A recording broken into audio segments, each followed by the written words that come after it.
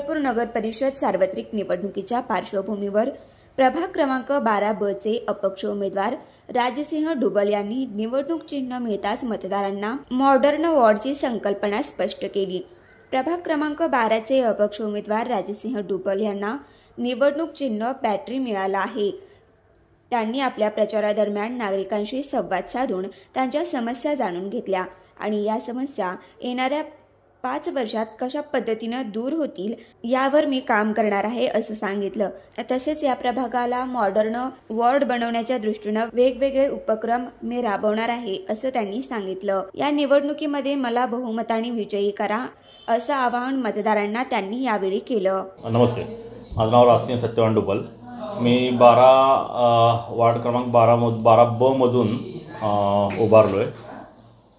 तर आज निवडणुकीचं चिन्ह भेटलेलं आहे। तर मला बॅटरी टॉर्च हे चिन्ह भेटलेलं आहे आणि आता तेच चिन्ह घेऊन मी येणाऱ्या दिवसामध्ये सर्वांशी भेटेल, बोलेल आणि त्यांच्यापर्यंत चिन्ह जास्तीत जास्त पोहोचवण्याचा प्रयत्न करेल।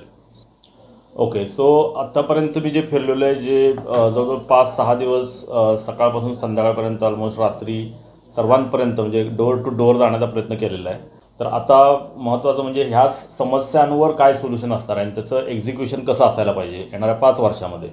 तर स्पेसिफिकली फॉर म्हणजे ह्या वॉर्डसाठी आता मी नगरसेवकच्या पर्स्पेक्टिव्हने आपण बघितलं तर नगरसेवक कशासाठी पाहिजे, तर तिथल्या लोकांच्या समस्या जाणून घेणं आणि ते निपटारा करणं। तर त्याच्यासाठी आता ह्या वॉर्डमध्ये 4374 मतदार आहेत। तर म्हणजे साधारण 5000च्या दरम्यान ही लोकसंख्या आहे। तर आता ही जी वार्ड आहे हे गावासारखंच आहे।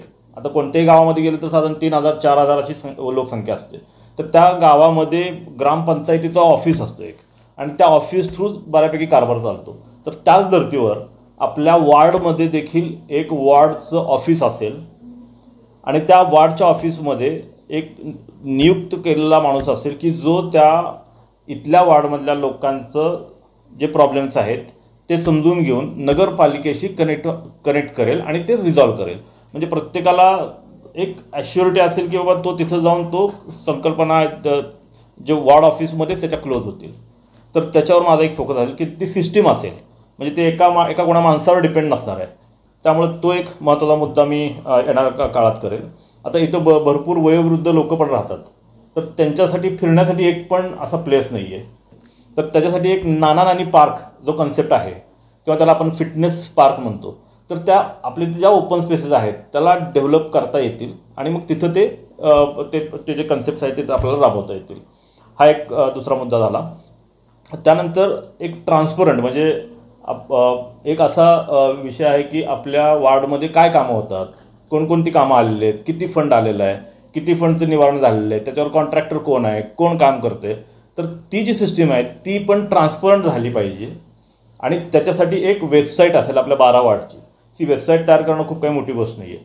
त्याला आपल्याला एक इन्फॉर्मेशन द्यायची आहे आणि ती नगरपालिकेची पण वेबसाईट असेल, पण आपण आपल्या वॉर्डसाठी डेडिकेटेडली करू शकतो आपण आणि ती मी येणाऱ्या 5 वर्षामध्ये मी ते करेल डेफिनेटली। आणि त्याच्यामध्ये आपल्या वॉर्डमध्ये काय गोष्टी होत आहेत किंवा तिथं समजा नागरिकांच्या काही समस्या असतील तर त्याही तिथं मांडू शकतात। तर ते एक डिजिटल सेंटर असेल। मग बाकीच एक सर्वे करून जिथं लाईट नाही आहे तिथं लाईट बसवणे, ह्या येणाऱ्या 3 महिन्यामध्ये ते 6 महिन्यामध्ये हे काम पहिल्यांदा करेल। म्हणजे तुम्ही प्रभागासाठी एक डिजिटल स्मार्ट सिटी तयार करताय। हा एक मॉडेल वॉर्ड कन्सेप्ट आहे हा,